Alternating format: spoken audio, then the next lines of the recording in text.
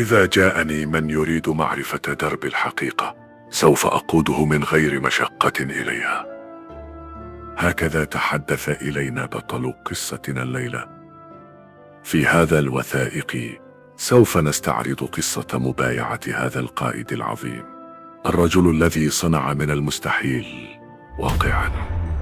4 فبراير 1333 الذي يعد يوما تاريخيا غير مجرى مقاومة الشعب الجزائري، حيث سنتعرف على حياة هذا القائد العظيم الذي جمع بين العلم والشجاعة، ما جعل باستطاعته أن يوحد القبائل الجزائرية ويؤسس دولة مقاومة في وجه أعتى قوة استعمارية في ذلك الوقت.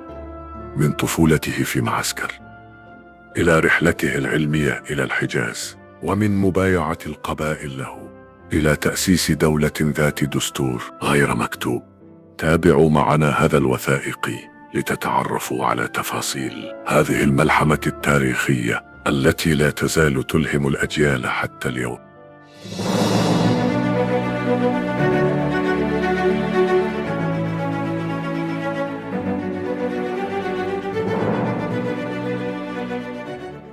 في مثل هذا اليوم من عام 1833 اجتمع رجال الجزائر من كل حدب وصوب تحت سماء معسكر رغم مطاردة الاستعمار الفرنسي ونيران قواته التي كانت تلاحقهم، لكن قلوبهم كانت مشتعلة بنور الحرية، متحدة تحت راية واحدة، راية المقاومة. في لحظة تاريخية سجلت بأحرف من ذهب ارتفعت أصوات التكبير وزغردة النسوة، وامتدت الأيدي على المصحف الشريف لمبايعة رجل حمل أمانة أمة كاملة على كتفيه.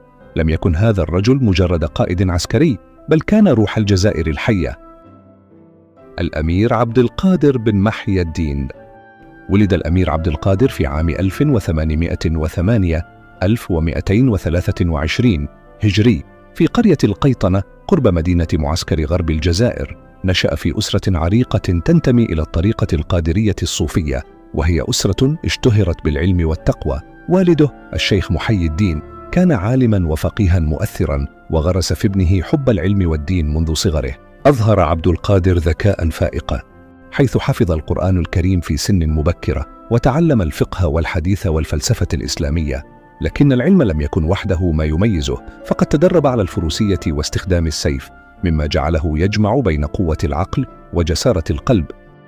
رحلة العلم والحكمة. في سن 15 رافق عبد القادر والده في رحلة علمية ودينية إلى الحجاز لأداء فريضة الحج.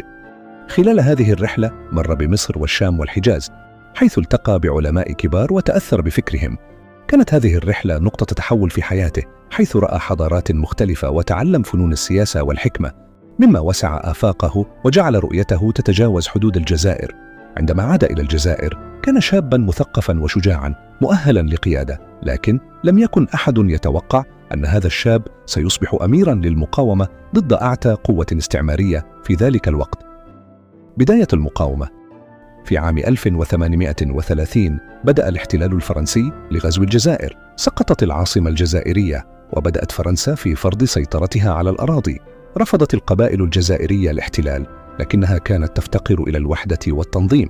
في هذه الفوضى برز الشيخ محي الدين كقائد للمقاومة في الغرب الجزائري، لكنه أدرك سريعا أن ابنه عبد القادر هو الأنسب لقيادة هذه المرحلة. في عام 1832 تمت المبايعة الأولى للأمير عبد القادر في معسكر كقائد للجهاد ضد الاحتلال، لكن هذه المبايعة لم تكن كافية. فمع مرور الوقت أدرك الجميع أن هذا الشاب ليس مجرد قائد عسكري، بل رجل دولة بكل معنى الكلمة. المبايعة الثانية، تأسيس دولة المقاومة.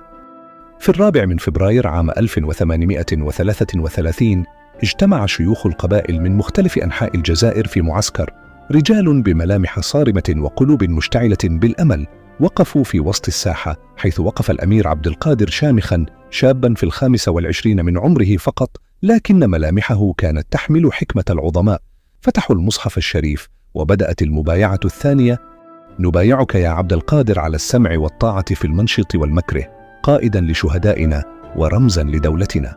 هذه المبايعة لم تكن مجرد تأكيد على قيادته، بل كانت إعلاناً عن تأسيس دولة جزائرية حقيقية تحت الاحتلال، دولة تقوم على مبدأ الحرية أو الاستشهاد.